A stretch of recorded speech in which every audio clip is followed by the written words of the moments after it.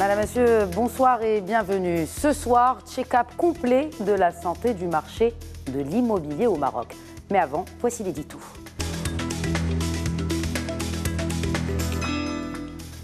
Loger tout le monde et vite, c'est l'objectif honorable et ambitieux que s'est fixé le Royaume il y a quelques années. Un bilan tout aussi honorable pour l'État puisqu'entre 2012 et 2016, le déficit en logement a été réduit de moitié. Le social y est pour beaucoup. Ce segment a boosté le secteur. Oui, à fin 2017, le dispositif du logement social a déjà atteint 122% de son objectif à l'horizon 2020. Mais pourquoi donc nous martèle-t-on que beaucoup de foyers marocains ne trouvent pas de toit, ou plutôt beaucoup de nos concitoyens ne trouvent tout simplement pas chaussures à leurs pieds? Prix souvent trop cher par rapport à la qualité proposée, finition aux abonnés absents, délais de livraison souvent non respectés, et puis aussi pas d'innovation dans ces produits. Autant de facteurs qui font que les promoteurs immobiliers n'arrivent plus aujourd'hui à écouler leur stock. Et quand c'est la locomotive qui est ralentie, eh bien, tous les autres segments suivent par ricochet. Mais alors pourquoi en sommes-nous arrivés là ? Qu'est-ce qui a fait que le promoteur immobilier a perdu la confiance des acquéreurs, dont les éméreux, les Marocains résidant à l'étranger, qui abandonnent l'idée de faire un investissement dans leur pays à cause d'expériences malencontreuses que certains ont vécues? Nous aurions souhaité poser la question directement aux principaux concernés, mais ces derniers se sont désistés à la dernière minute. Dommage, car la Fédération nationale des promoteurs immobiliers aurait pu profiter de la tribune qui lui a été proposée pour exposer les doléances de ses membres. Et contrairement à cette image biaisée, beaucoup de ces promoteurs immobiliers sont en réelle situation de crise. Et si même les plus grands annoncent un profit warning sur leurs résultats annuels, que dire de ces investisseurs immobiliers qui se retrouvent suffoqués par des plans d'aménagement décalés de la réalité des besoins de la population marocaine, entraînés malgré eux dans les méandres de la corruption pour espérer mener à terme leurs projets et qui, dans un contexte de rareté du foncier dans les centres urbains, sont poussés à reléguer la qualité de leurs produits pour sauver leur business. Car dans la construction, le doute n'est pas permis. Alors pour résumer la situation de l'immobilier, on dira que c'est le serpent qui se mord la queue.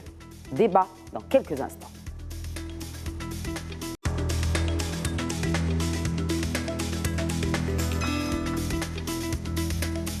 Et pour analyser et apporter les éclairages nécessaires pour mieux comprendre ce qui se passe réellement dans ce secteur de l'immobilier, j'ai l'immense plaisir de recevoir sur le plateau 3 professionnels du secteur qui ont accepté l'invitation d'Eco-Débat. Tout d'abord, Mohamed Lahlou, bonsoir.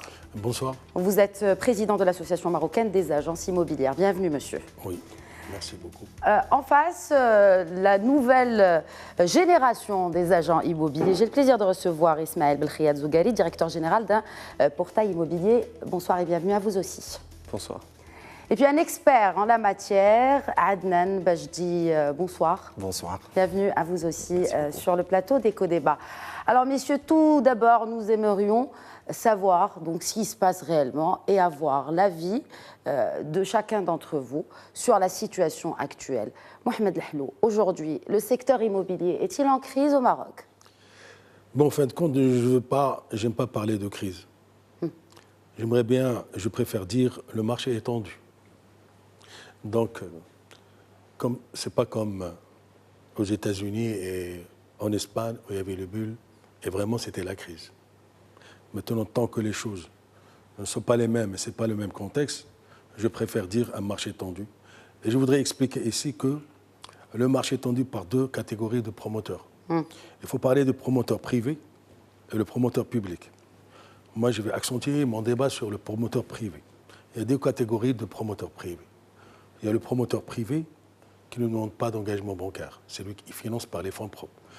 Pour lui, c'est tranquille. Quand on discute avec lui, il dit « Moi, si je ne vends pas, je suis là, je suis tranquille. » Mais il reste le promoteur qui est financé par les banques.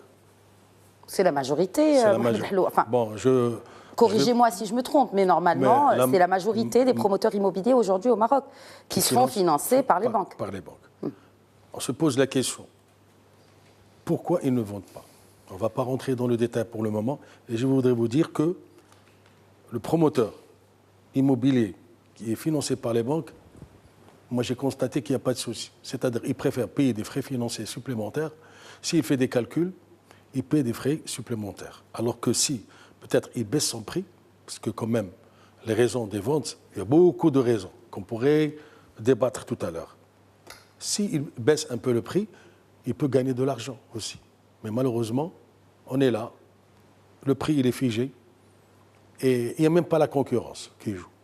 Je ne vais pas rentrer dans la qualité pour le moment. Ah ben, ça viendra dans la discussion, certainement. Je vous ai parlé grosso modo qu'il y a des codes. Pour le promoteur public, on n'a pas de relation directe avec le promoteur public. Adnan Bajdi, est-ce qu'aujourd'hui, parce que Mohamed Hello a évoqué les bulles immobilières, hein, que l'Espagne, ou encore avant même les États-Unis, a été frappée de plein fouet hein, par ce phénomène. Est-ce qu'aujourd'hui, nous ne vivons pas les prémices d'une bulle immobilière qui tend à peut-être exploser dans peu au Maroc? Tout d'abord, je ne pense pas qu'on est dans une situation de bulle immobilière parce que cela nécessite que le secteur immobilier soit vraiment intégré dans le secteur plutôt financiarisé. Mais plutôt, il y a une question pertinente. Je rebondis sur la question initiale, est-ce qu'il y a crise ou pas crise? D'ailleurs, c'est une question sur laquelle les professionnels de l'immobilier ne veulent pas donner d'avis parce que, grosso modo, c'est mauvais pour les affaires. Mais personnellement, je suis persuadé, de mon propre point de vue qui est vraiment neutre et impartial, que le Maroc, le secteur de l'immobilier au Maroc est en crise. D'ailleurs, plusieurs constats alarmants appuient ce point de vue. Notamment la baisse notoire des transactions, du volume des transactions immobilières sur le marché, la contre-performance des grands opérateurs du secteur, également une baisse malgré une légère reprise des mises en chantier.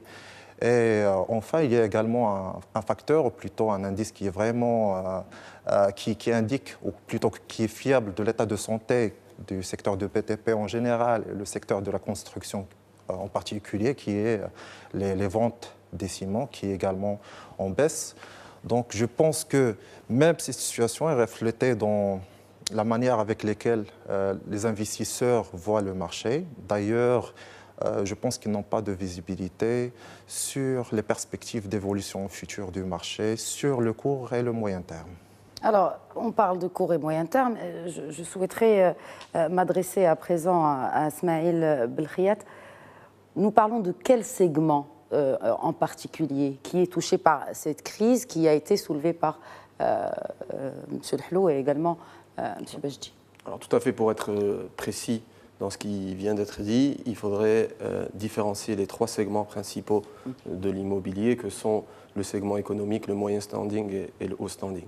Mais j'aimerais avant cela revenir juste sur ce qui a été dit et notamment par rapport au terme crise qui pour moi est un terme relatif lié à la période qui a précédé la période actuelle qu'on qualifie aujourd'hui de crise. Ce qu'il faut savoir, c'est que depuis le début des années 2000, on a connu une période assez faste dans l'immobilier pour différentes raisons et pour une conjoncture d'un certain nombre de raisons qui a fait que l'immobilier a cru à une vitesse assez particulière. Certains ont parlé de bulle. Et aujourd'hui, en réalité, cette bulle n'a pas explosé.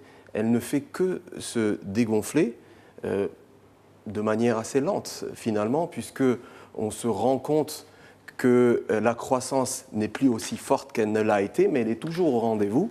Aujourd'hui, les chiffres sont toujours positifs, donc je ne suis pas d'accord. Ce n'est pas une crise. C'est pour moi un réajustement du marché et en fonction des secteurs tels qu'on les a définis préalablement, on peut parler de segments qui sont un petit peu plus touchés par on va dire, ce ralentissement de la croissance que d'autres. Alors, prenons un exemple très précis qui finalement est celui de l'économique, qui représente 80% du marché, comme vous le savez. Aujourd'hui, il y avait un besoin sur l'économique de plus de 500 000 logements. L'ensemble des parties prenantes ont joué le jeu. Je parle ici de l'État qui a mis en place un contrat cadre afin de subventionner ce secteur-là. Je parle aussi des promoteurs qui ont construit près de 400 000 logements sur les 4 dernières années. Et on se rend compte que grâce à cette politique, finalement, on a construit beaucoup de logements qui se sont vite vendus. Donc, on a répondu à la demande d'une manière assez rapide. Et aujourd'hui, cette demande, tout simplement, elle s'est ralentie. Elle existe toujours, mais elle s'est ralentie. Mais est-ce qu'elle s'est ralentie pourquoi s'est-elle ralentie? Aujourd'hui, nous savons très bien que beaucoup de Marocains cherchent à se loger, mais comme je disais dans mon édito, ça ne leur correspond plus, peut-être. Simplement, On peut revenir sur... Oui. Simplement parce que les mentalités ont évolué. Vous savez, un marché, il est défini par l'offre et la demande. Il y a encore 10, 15 ans, il n'y avait pas d'offre. C'est-à-dire que les gens, ils cherchaient juste à se loger. Aujourd'hui, 15 ans plus tard, les gens cherchent à se loger de manière qualitative. Et ça, c'est déjà un grand pas en avant. Donc ces mentalités qui ont évolué, qui ont découvert une offre qui devient de plus en plus abondante, ont forcément besoin de trouver chaussures à leurs pieds, comme vous l'avez dit, et prennent le temps pour connaître qui sont les promoteurs, découvrir les meilleurs quartiers et découvrir les produits en eux-mêmes. Et si vous voulez, cette évolution de la mentalité fait qu'il y a eu une sorte de frein, mais encore une fois, ce n'est pas négatif, une croissance moins rapide qu'elle ne l'a été au préalable, qui fait qu'aujourd'hui, certains acteurs de ce secteur-là crient haut et fort, qui sont dans une situation défavorable. Mais quand effectivement un notaire rencontrait 10 personnes par jour il y a encore 5 ans, aujourd'hui il n'en rencontre plus que 3 ou 4, mais c'est déjà pas mal comparé à certains de nos voisins. Donc voilà. En comparaison justement, quelles sont les régions où les ventes ont drastiquement baissé? Je vais vous dire une chose, c'est qu'il y a un réseau. Nous gérons un réseau à travers tout le Maroc. Oui. Dans toutes les grandes villes du Maroc, nous sommes représentés. Que ce soit bien sûr Casablanca, Rabat, Tanger, Agadir, Souera, Marrakech, etc. Donc vous avez les remontées un peu du marché quand même régional. On connaît le marché. Je pourrais évoquer 2 choses. Quand il y a la demande, le prix n'est pas adapté à la demande, premièrement. Deuxièmement, les prix ne sont pas justement adéquats à ce qu'ils offrent comme produit. Donc maintenant, il faut revoir la situation comme elle est. Si les promoteurs ils commencent peut-être à baisser le prix pour essayer d'écouler leur stock, peut-être on arrivera. Mais il y a toujours des contraintes. Si je parle des contraintes, on ne va pas se mettre. Les contraintes de financement. C'est-à-dire les banques actuellement ne financent pas la totalité des Et puis les taux ne sont pas aussi... ne sont pas encore, même s'ils ont baissé, il reste encore.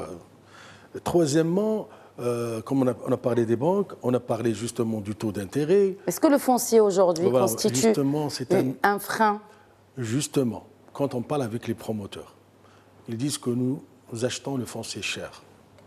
Malheureusement, je dis bien malheureusement, il y a eu un plan d'aménagement. Le plan d'aménagement, je parle surtout de Casablanca, c'est la ville économique, c'est la ville où il y a beaucoup de business, c'est la ville où il y a de l'argent, etc. Le plan d'aménagement n'est pas adéquat à la structure, premièrement. C'est-à-dire qu'il n'y a pas de structure. C'est des plans d'aménagement en horizontal, pas en vertical. Et le foncier, il est cher. Nous avons des milliers de terrains, ça existe. Des milliers de villas qui sont transformées en zones immeubles. Et les gens, ils maintiennent un prix exorbitant. D'ailleurs, ça pourrait être, moi je ne défends pas le promoteur immobilier, mais le foncier, il est toujours cher. En zone urbaine, aujourd'hui, il y a peu de terrain, donc automatiquement, ça devient cher. Anna, je vais vous dire une chose. Au Maroc, il n'y a pas de loi de l'offre et la demande. Dans tout le monde entier, quand il y a l'offre supérieure à la demande, vous contredisez ce qui vient d'être dit. Nous ne marchons pas avec cette logique internationale. Tu as une offre. Normalement, qu'est-ce qui doit se passer? Quand tu as une offre supérieure à la demande, qu'est-ce qu'il doit avoir? Logiquement, avec la théorie keynésienne, le prix doit baisser. Il doit baisser les prix. Oui. Il doit y avoir un réajustement des prix. Ce qui n'est pas le cas aujourd'hui. Ce n'est pas le cas. Ils préfèrent, je vous ai dit tout à l'heure, ils préfèrent payer des frais financiers supplémentaires. Il y a des gens qui sont super endettés. Maintenant, le rôle de la banque, c'est qu'il faut qu'elle bouge, la banque. C'est bien de donner des crédits pour justement que les investisseurs puissent réaliser les projets. Mais il faut qu'ils harcèlent les gens. Il faut qu'ils fassent un plan de remboursement pour qu'ils puissent rembourser. Mais si la banque, elle est là, elle est en train de sucer, il y a les intérêts. des intérêts qui se bouffent tous les jours, il faut que la banque aussi joue un rôle commercial. Il faut dire aux promoteurs, attention, qu'est-ce que vous avez comme problème? Pourquoi il y a un stock qui n'est pas vendu?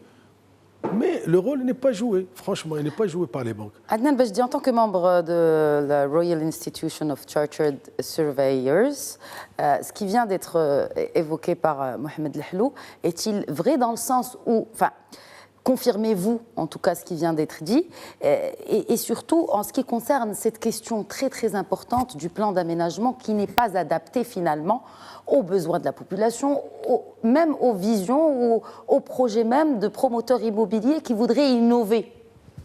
Je pense que c'est absolument le cas. Il y a un problème en matière de la planification urbaine et la mise en place des documents d'urbanisme, à l'instar du SDO et du plan d'aménagement, qui ne prennent pas en considération les besoins actuels et futurs de la population, notamment en matière de logement, en matière d'activité économique, parce que c'est aussi très important. L'activité économique attire de plus en plus de populations qui désirent un logement où vivre. Et parmi les raisons à cela, c'est que normalement le processus d'homologation des documents de l'urbanisme prend énormément de temps et les fondamentaux, plutôt les bases sur lesquelles ces documents sont conçus, après coup, après homologation, et sont vraiment dépassés et décalés par rapport à la réalité. Il y a un autre point qui est très essentiel. Les plans d'aménagement plutôt ne prévoient pas ou ne prennent pas en considération également les attentes à la fois des promoteurs en matière d'innovation et en matière de normes de construction innovantes, et à la fois de la population en matière de logement. Et je rebondis sur un autre point qui est très important, c'est qu'au niveau des villes, il y a un problème qui est majeur, c'est la rareté du foncier, le foncier mobilisable en vue de la réalisation, notamment des projets de logement. Ceci est dû notamment à un manque de vision de la part des autorités de tutelle.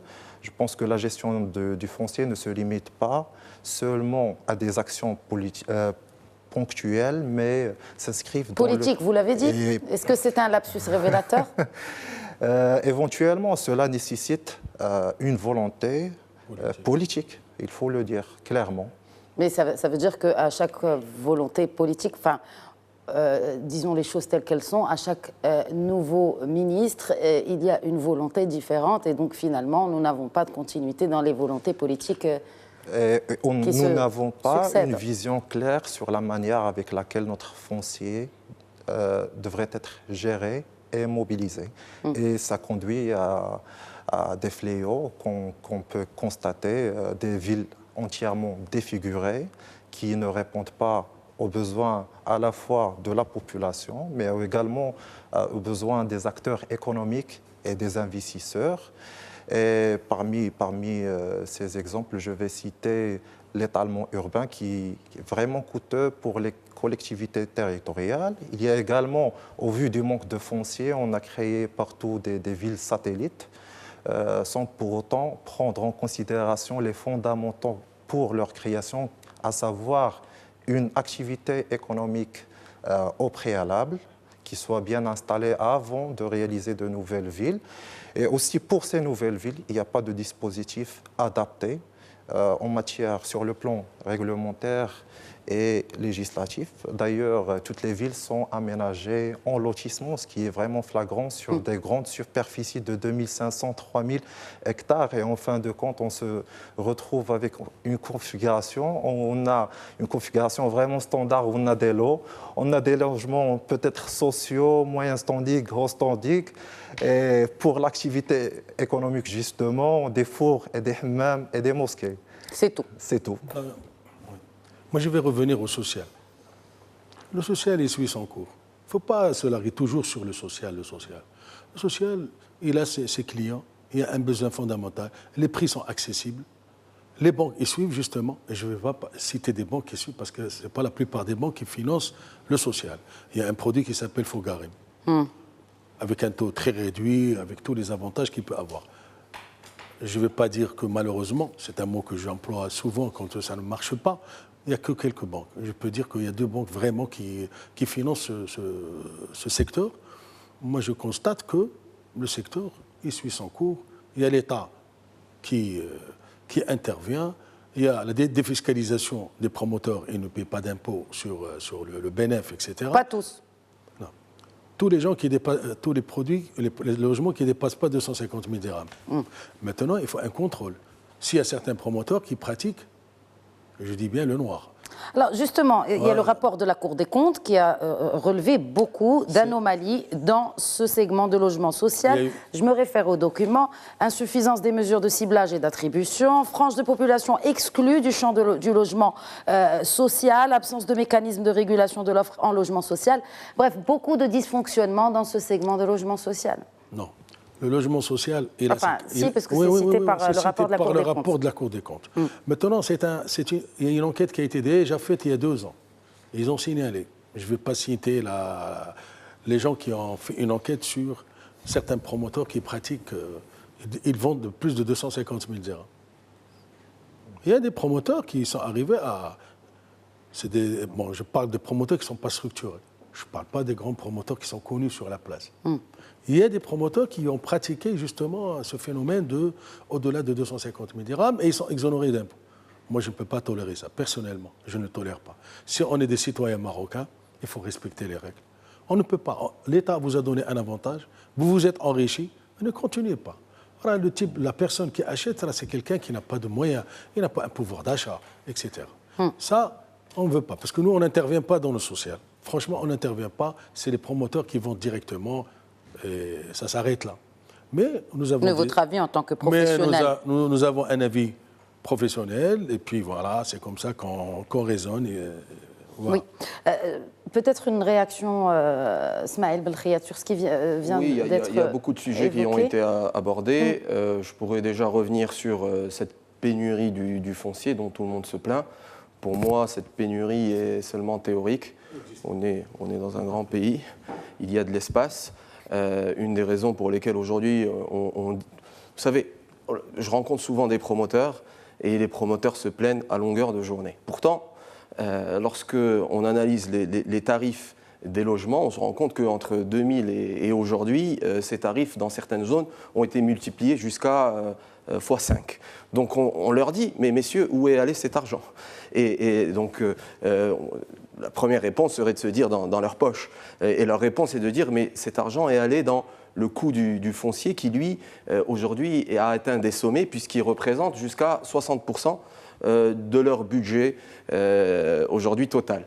Et donc, on essaie de comprendre comment est-ce que le foncier a pu atteindre ce niveau de prix. Et effectivement, lorsqu'on s'y intéresse, on se rend compte que certains plans d'aménagement, que certains zonages, suite peut-être à des velléités politiques, ont défini les zones de manière à mettre en avant peut-être des zones commerciales par rapport aux zones habitables, qu'il y a ensuite certaines lourdeurs administratives qui font que le promoteur met du temps à obtenir son foncier, à commencer à travailler, à éclater ensuite les titres, à obtenir les permis d'habiter.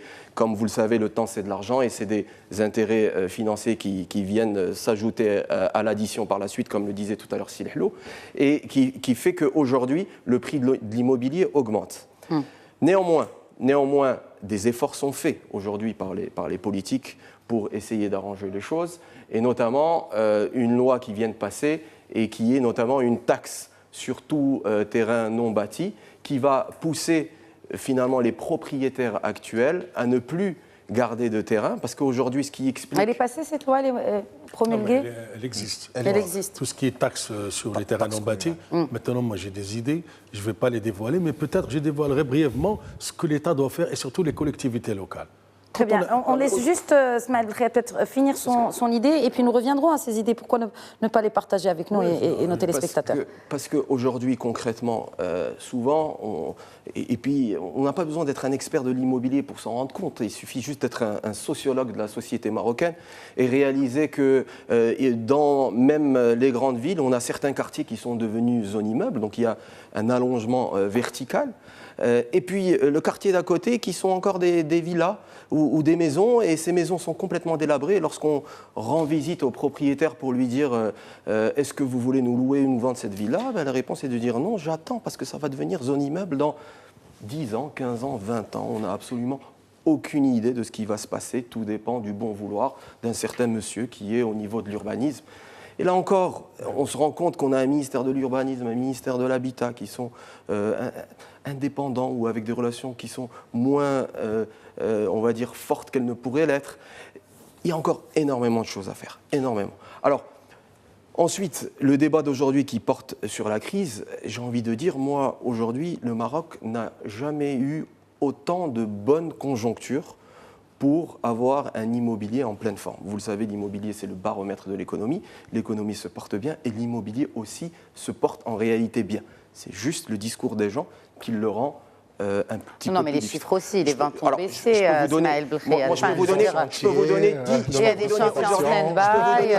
10 arguments. Je peux vous donner aujourd'hui 10 arguments qui vous montrent que l'immobilier va bien. Ce serait mieux qu'on ait des arguments en chiffres, peut-être, très bien, pour, en tout cas, appuyer ce que vous dites. Vous dites que l'immobilier n'est pas en crise. Les chiffres témoignent du contraire. Il y a un creusement de déficit, ou en tout cas de perte de grands promoteurs immobiliers de la place.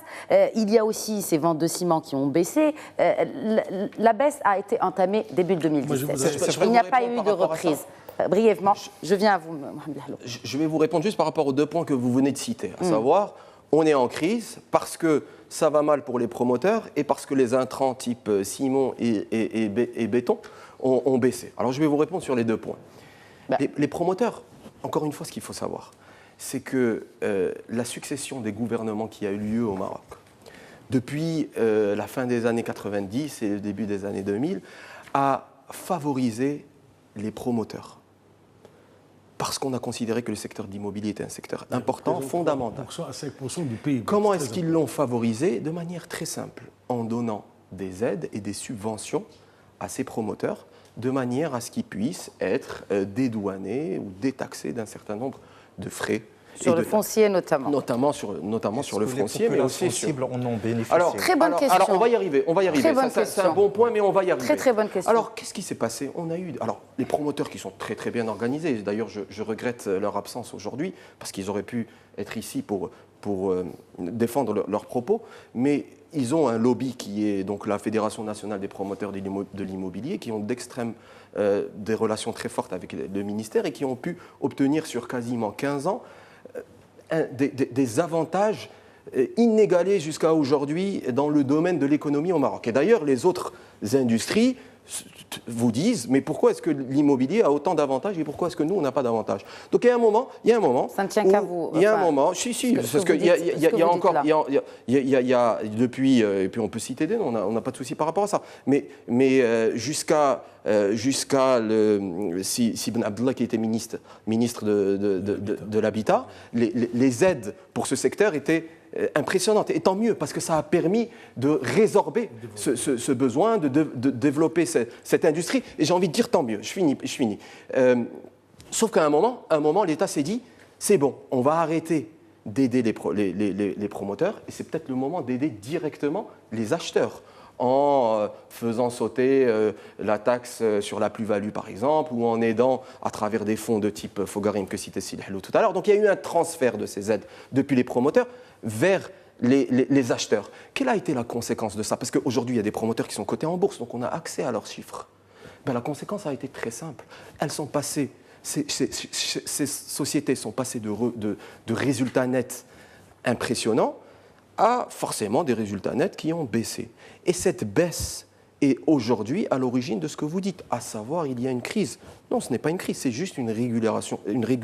On est passé d'une situation qui était extraordinaire vers une situation qui est normale. Et c'est ce recul qui fait la chose. Et j'ai envie de dire, pour finir sur la partie béton dont vous parliez tout à l'heure, c'est un petit peu la conséquence. Lorsqu'on a construit pour répondre à cette demande pendant une décennie, parce qu'on était subventionné à tout va, parce que les taxes sur les intrants, notamment le béton et le ciment, étaient réduites, le jour où on les a remises en place, parce qu'on a voulu transférer ces subventions depuis le promoteur vers l'acheteur, tout simplement, Très bien, messieurs.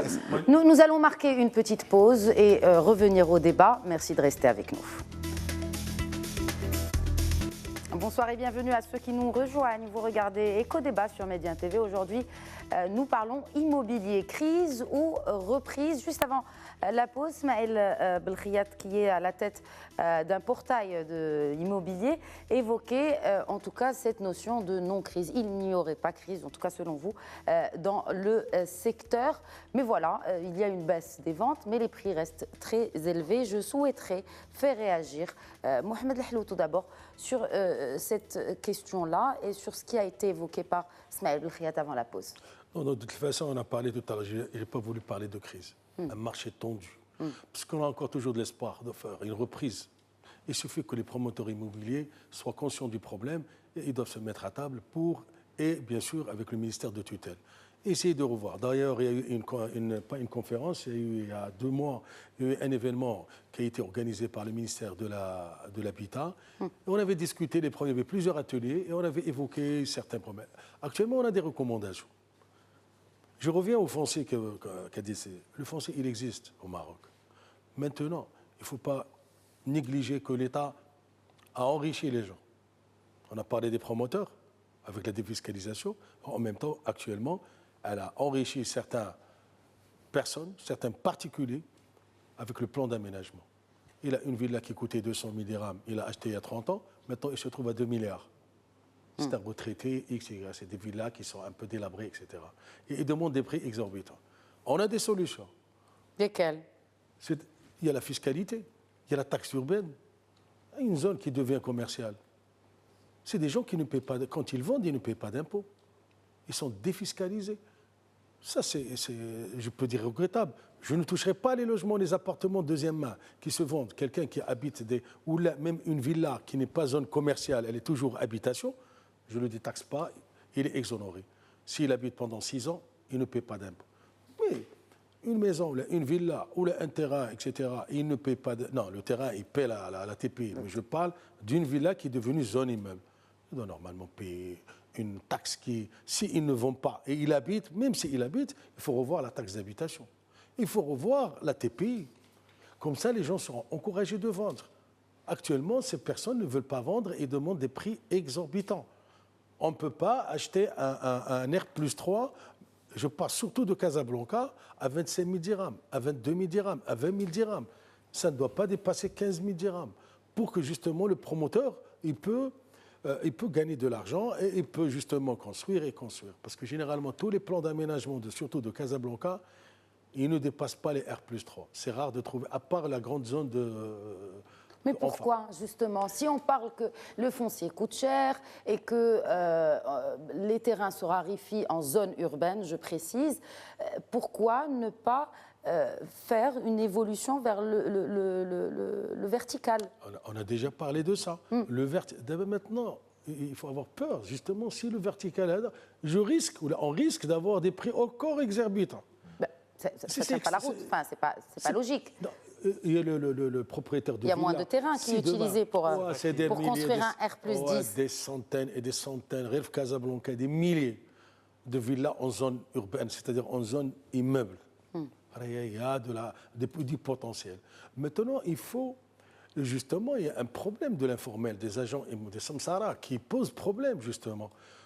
On étudie le cas, on fait des études. Quand une villa, par exemple, elle fait 500 mètres carrés, on étudie le cas. Il est de R+3, le R+4, on connaît le marché, combien il doit vendre pour gagner de l'argent. Parce qu'il faut savoir que le promoteur, il calcule son prix de revient et bien sûr, il y a une marge. Et c'est cette marge, il paie des impôts. Beaucoup. Malheureusement. Il y a la TVA, il y a l'IS. Il y a les frais de la conservation foncière, il y a l'éclatement des titres qu'il faut payer. Il faut les revoir. On ne va pas terminer parce qu'il y a beaucoup justement de frais. Et même pour l'acquéreur.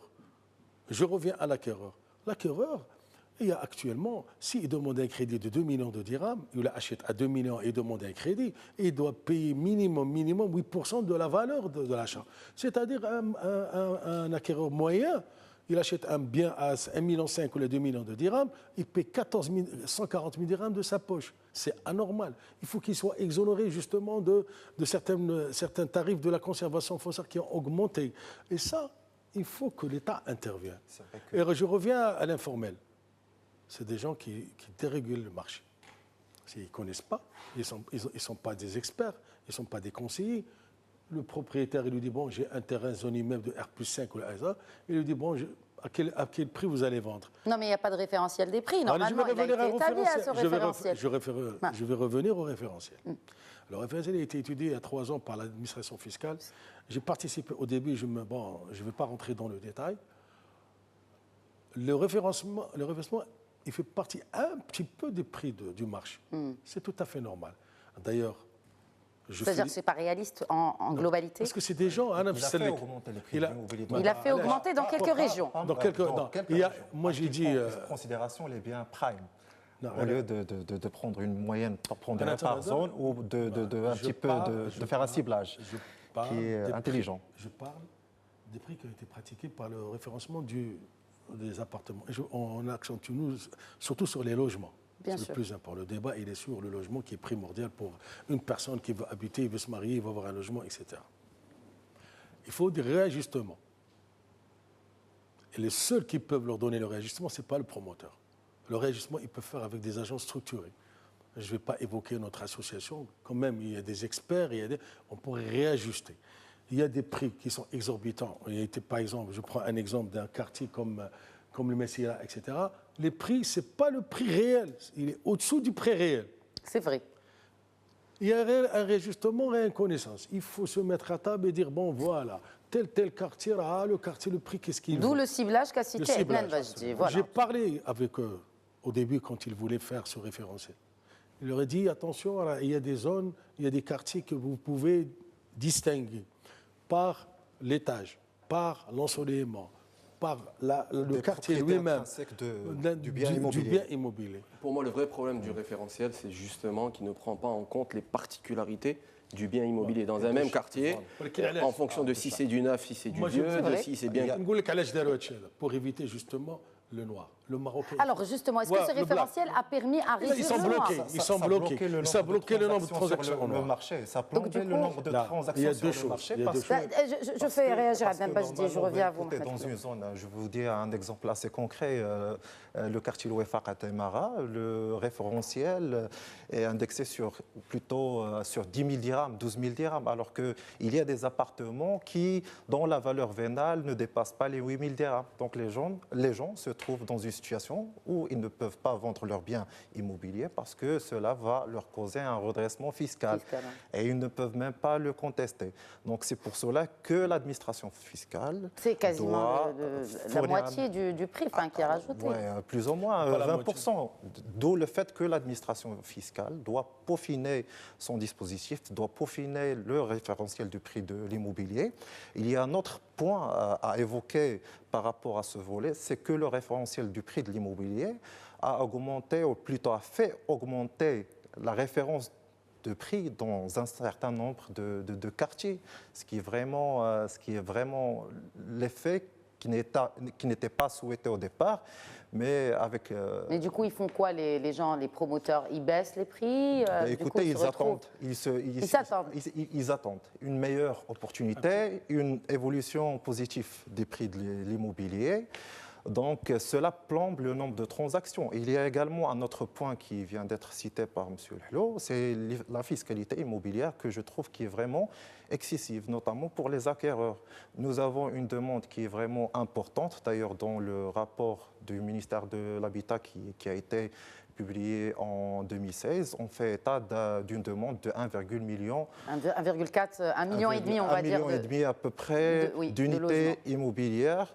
Et on fait état également d'une demande qui souffre parce que suite aux différents dispositifs ou les dispositions qui ont été prises par les pouvoirs politiques et qui sont à tendance inflationniste, on a fragilisé un petit peu le pouvoir d'achat des Marocains. C'est vrai qu'il y a des Marocains aisés qui se permettent d'acheter un bien 2, 3, 4 et qui participent également à ce phénomène de l'augmentation des prix. Mais la grande majorité de la population marocaine ont un revenu qui est vraiment très limité et qui ne leur permet pas d'accéder au logement et à une vie digne. D'ailleurs, dans les différentes enquêtes de conjoncture, d'ailleurs publiées par le HCP, il est clair est très évident que la plupart des Marocains, plus de 60, voire même 70% des Marocains, ne sont pas en mesure d'investir dans des biens durables, dans l'immobilier. Alors, juste un autre chiffre, 40% des acquéreurs marocains touchent entre 2 000 et 4 000 dirhams. Voilà. On parle là de 40% quand même. Justement, est-ce que, pour revenir à ce point-là qui vient d'être évoqué par Adnan Bajdi, je me tourne vers Smaïl Belkhiat, on parle de référentiel de prix, on parle de noir. Est-ce que selon vous, ça a aidé à réduire le noir? Est-ce que carrément, peut-être nous ne parlons que d'une petite minorité qui pratique encore ce phénomène du noir dans des transactions immobilières aujourd'hui? Pour moi, l'origine du noir est cette lourdeur de la fiscalité marocaine. L'État, au lieu de comprendre d'où vient le souci et essayer de régler son problème à la base, essaye de mettre de la supervision supplémentaire pour limiter ce noir. Et ce référentiel, comme je l'ai évoqué précédemment, a le grand souci de ne pas pouvoir différencier des biens d'un même quartier en fonction de leur état, s'il est neuf, s'il est d'occasion, de seconde main, si le bien est ensoleillé ou s'il ne l'est pas. Et effectivement, on ne peut pas donner une valeur à deux biens qui sont différents. Alors, pour moi, la solution par rapport à ça, c'est d'éduquer les gens, de retourner à la source. Enfin, je vous vois faire. Non, mais c'est-à-dire éduquer les gens. Je vais vous dire, éduquer les gens. Je vais vous dire, c'est une culture. Je vais vous donner des exemples précis. Je vais vous donner des exemples précis. Non, mais c'est bien beau de dire éduquer les gens. Je vais vous donner, s'il vous plaît. Il faut leur donner la possibilité de recours parce que s'il y a redressement, il faut qu'il y ait des mesures qui s'imposent en parallèle. L'administration fiscale ne peut pas être à la fois juge et partie. Je vais vous donner juste quelques exemples précis. Le noir est tellement rentré dans notre culture Dans les mœurs. et dans les mœurs que certains organismes financiers aujourd'hui financent l'acquisition d'un bien, non seulement à hauteur de 100%, ce qui n'est du jamais vu dans la plupart des pays, à 120%. mais en plus jusqu'à 120%, censé soi-disant vous aider à acheter des meubles, mais en réalité, tout le monde sait très bien que c'est pour donner un peu de noir. Je vais même vous dire mieux, ça c'est une boutade, mais vous allez avoir l'impression que c'est une blague, mais en réalité, c'est vrai. Aujourd'hui, certains promoteurs l'annoncent dans leur promotion ou dans leur campagne de communication, 100% déclaré. Vous l'avez déjà vu, des campagnes de communication où on parle de 100% déclaré. Parce à savoir ce qui devrait être la norme, est devenu aujourd'hui une exception. Je vais même vous dire mieux, il y a un des promoteurs... Un argument de vente, pas une exception. Parce que ça, c'est pas mal généralisé. Je vais vous dire, ça va peut-être vous faire rire, mais c'est la réalité, c'est dommage, parce que moi, ça me fait mal au cœur, mais un promoteur a mis « nous n'acceptons pas le noir ». Ben, figurez-vous que cette image a été diffusée dans les réseaux sociaux africains pour parler du fait que les Marocains sont racistes. Voilà, ça vous donne une idée de jusqu'où on caricaturise.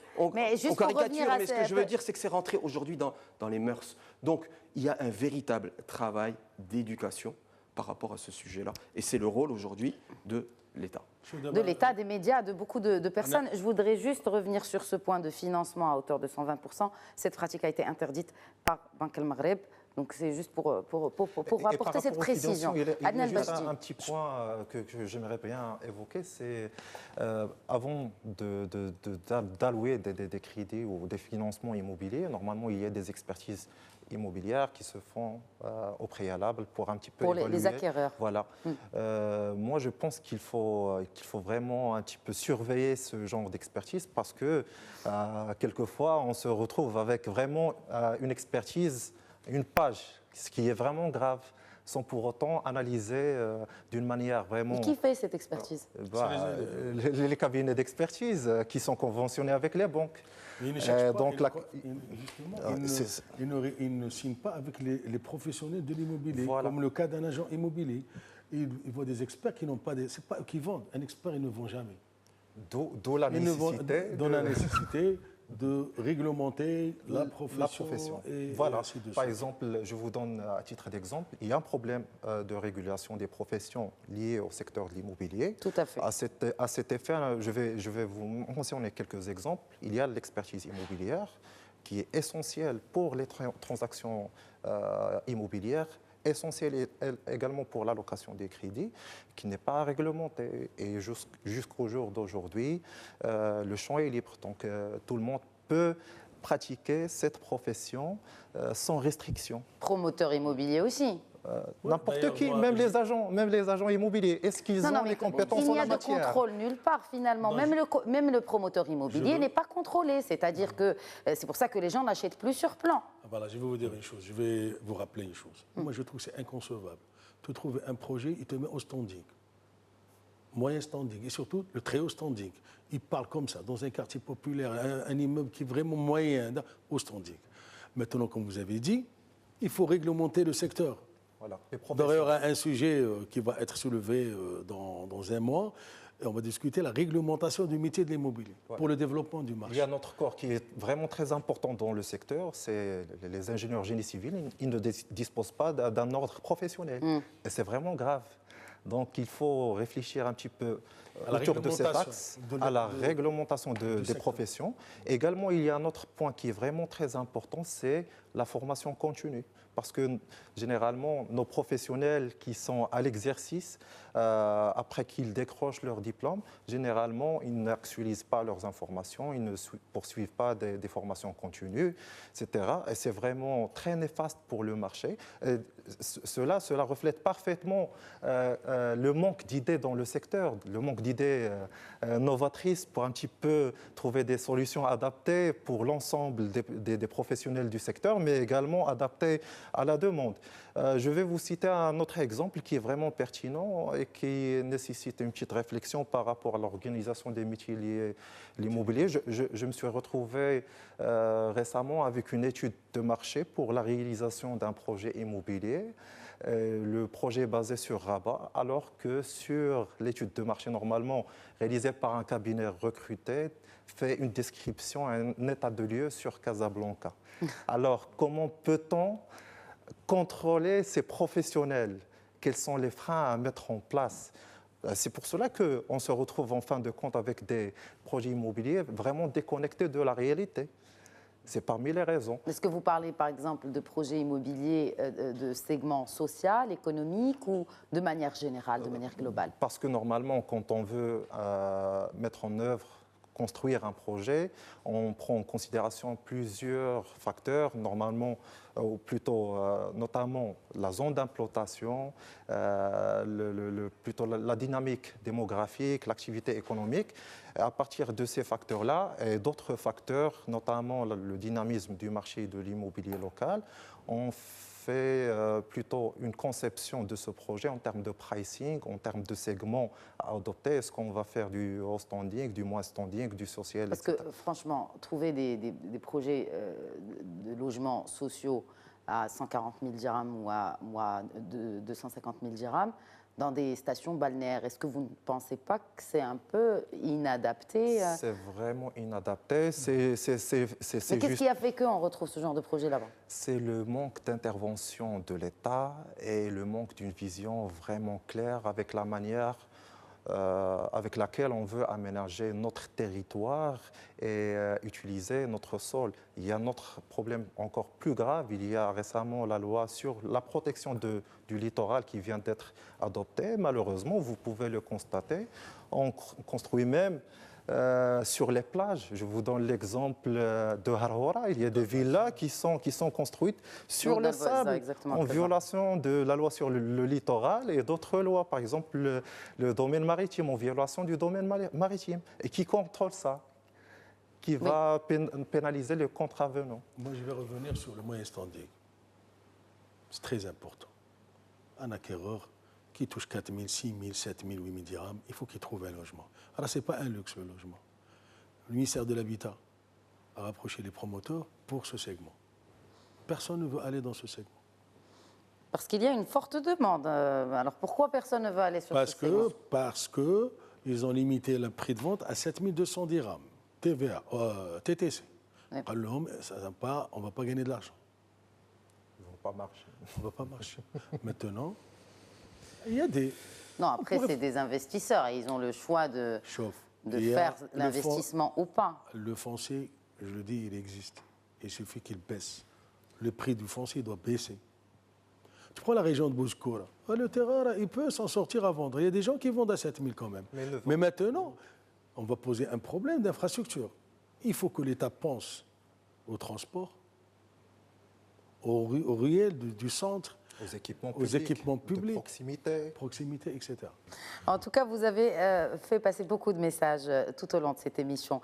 Un dernier mot, Adnan Bajdi, pour clore cette discussion. Il y a un mot qui me tient vraiment à cœur, c'est le fait de rehausser le niveau au sein de notre profession. C'est très important d'investir dans le savoir, d'introduire de nouvelles filières de formation qui s'adaptent aux besoins du secteur, de professionnaliser l'acte de bâtir et d'instaurer des ordres professionnels pour les métiers qui n'en disposent pas.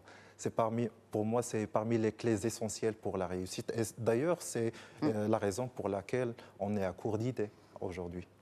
En tout cas, vous n'avez pas été à court d'idées pendant ce débat. Merci beaucoup, messieurs, d'avoir enrichi le débat et apporté vos éclairages. C'était Éco-Débat que nous avons consacré cette semaine à l'immobilier. Je vous souhaite à tous une excellente semaine et rendez-vous la semaine prochaine pour un nouveau numéro.